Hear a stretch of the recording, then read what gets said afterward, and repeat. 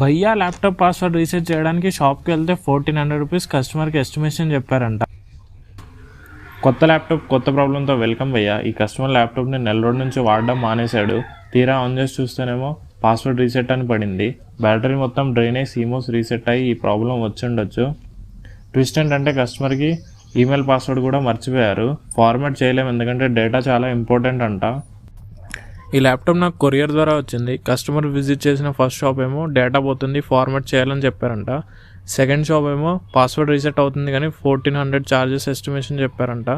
Customer వాళ్ళ friend నా X customer, తన ద్వారా డీటెయిల్స్ తీసుకొని నాకు కాంటాక్ట్ అయ్యారు. నేనైతే కొరియర్ చేసేయమన్నాను. కస్టమర్ లక్ ఏంటంటే ఈ ల్యాప్టాప్కి బిట్ లాకర్ ఎనేబుల్ చేసలేదు, లేదంటే ఈ ట్రిక్ పనిచేసేది కాదు. భయ్యా నేను తీసుకున్న service charge 450 rupees, courier charges 200. కస్టమర్కి నియర్లీ 700 రూపీస్ సేవ్ అయ్యాయి. భయ్యా మీకు కూడా ఇలా సర్వీస్ కావాలి అనుకుంటే కింది నెంబర్కి కాల్ లేదా వాట్సాప్ చేయండి. మీరు హైదరాబాద్లో ఉంటే హోమ్ సర్వీస్ అవైలబుల్ ఉంది, లేదంటే కొరియర్ కూడా చేయవచ్చు. మీరు ఏదైనా షాప్కి వెళ్ళే ముందు నా దగ్గర ప్రాబ్లం డిస్కస్ చేసి ఎస్టిమేషన్ తీసుకోవచ్చు. దానివల్ల మీరు స్కామ్ అయ్యే ఛాన్సెస్ తగ్గుతాయి.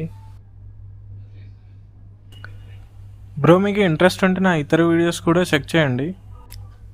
So as you can see password reset successful అయింది. Thank you for watching.